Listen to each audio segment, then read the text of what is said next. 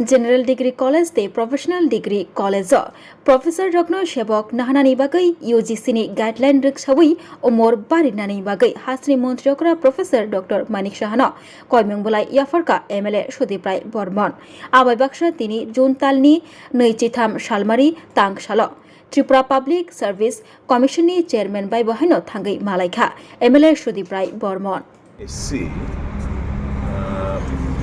Assistant professor government degree college এবং professional কলেজে যে অ্যাডভার্টাইজমেন্ট ইদানিংকালে দুটো অ্যাডভার্টাইজমেন্ট হয়েছে তাতে দেখা যাচ্ছে যে 40 বছর অবধি তাদের এজ লিমিট প্রেসক্রাইব করা হয়েছে এবং 40 বছরের উপরে যারা রয়েছে তাদের এই প্রতিযোগিতার পরীক্ষার মধ্যে বসার কোনো স্কোপ নেই।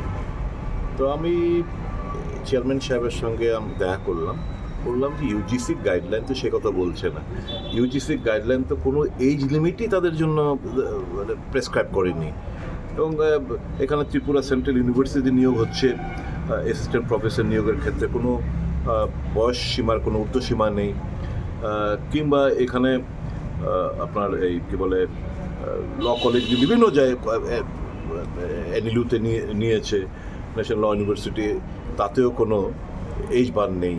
তো এখানে কেন হলো? তো ওনারা স্বীকার করেছে যে অ্যাবসলিউটলি এটা তো আমরা কি করব, এটা তো ডিপার্টমেন্ট থেকে যেই রকমভাবে আলাগুলো পাঠায় সেটাই আমরা করি। আমি বলছি না, আপনি স্বায়ত্ত সংস্থা অটোনোমাস বডি, আপনার তো কিছু করা উচিত।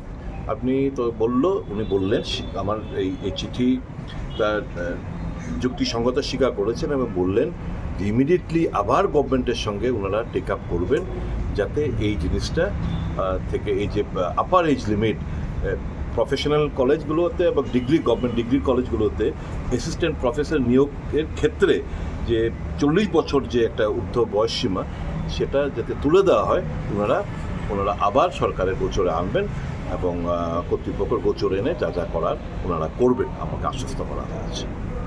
কবে বের হয়েছিল বিজ্ঞপ্তি বের হয়েছিল দুটো, একটা হচ্ছে 5/2025 ডেটের 30/1/2025, আর একটা হচ্ছে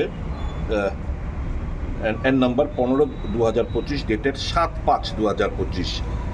এই দুটো অ্যাডভার্টাইজমেন্ট বলেছি যে এতে অনেক ছাত্রছাত্রীরা যারা নেট সেট পিএইচডি হোল্ডার কিংবা বিভিন্ন গভর্নমেন্ট ডিগ্রি কলেজে তারা ভিজিটিং গেস্ট লেকচার কিংবা ভিজিটিং প্রফেসর হিসেবে কাজ করছে, তারা তো বয়সসীমা পার হয়ে যেতে পারে, তারা তো সুযোগ পাচ্ছে না পরীক্ষায় বসার জন্য। কাজে এটা তো আর্টিকেলকে হিট করে যে তোমার সমান অধিকার সকলের, যে ইউজিসি গাইডলাইন থাকা সত্ত্বেও কেন সেটা হবে। তো ওনারা সবটাই স্বীকার করেছেন এবং বললেন যে এটা তো আমরা কী করব। হ্যাঁ, আমরা আবার গভর্নমেন্টের সঙ্গে নিশ্চয়ই ম্যাটারটা আমরা আগেও নিয়েছিলাম, গভর্নমেন্ট কেন জানি রেসপন্ড করেনি, কিন্তু আমরা এটা আবার নিয়ে যাব যাতে এটা রেসপন্ড করে। আমি মুখ্যমন্ত্রীকে বাংলায় চিঠি দিয়েছি, এটার মধ্যে শুধু এই একটা লাইন উল্লেখ করেছি বেশি, যে এই দুটো অ্যাডভার্টাইজমেন্ট যেন গরিজনরা মিসইউ করে এদেরকেও যাতে যারা বাদ গেছে তাদেরকেও সুযোগ করে দেওয়া হয়, সেটা একটা এডিশনাল একটা প্যারা আমি ঢুকিয়েছি। বাদ বাকি সেম যে কন্টেন্টসটা মুখ্যমন্ত্রীর গোচরে এনেছি, উনি ব্যস্ত মানুষ অথবা সেমটা মাইন্ডে লাগাতে পারিনি ম্যাটারটা। আমার বিশ্বাস ওনারা গিয়ে যখন মুখ্যমন্ত্রী কনভিন্স করবেন, হিল বি স্যাটিসফাইড অ্যান্ড যা অ্যামেন্ডমেন্ট দরকার সেটা উনি করবেন বলে আমি মনে করি। কারণ এটা আমাদের ট্যালেন্টেড স্টুডেন্টরা কেউ যাতে বঞ্চিত না হয়, we all should ensure. Thank you.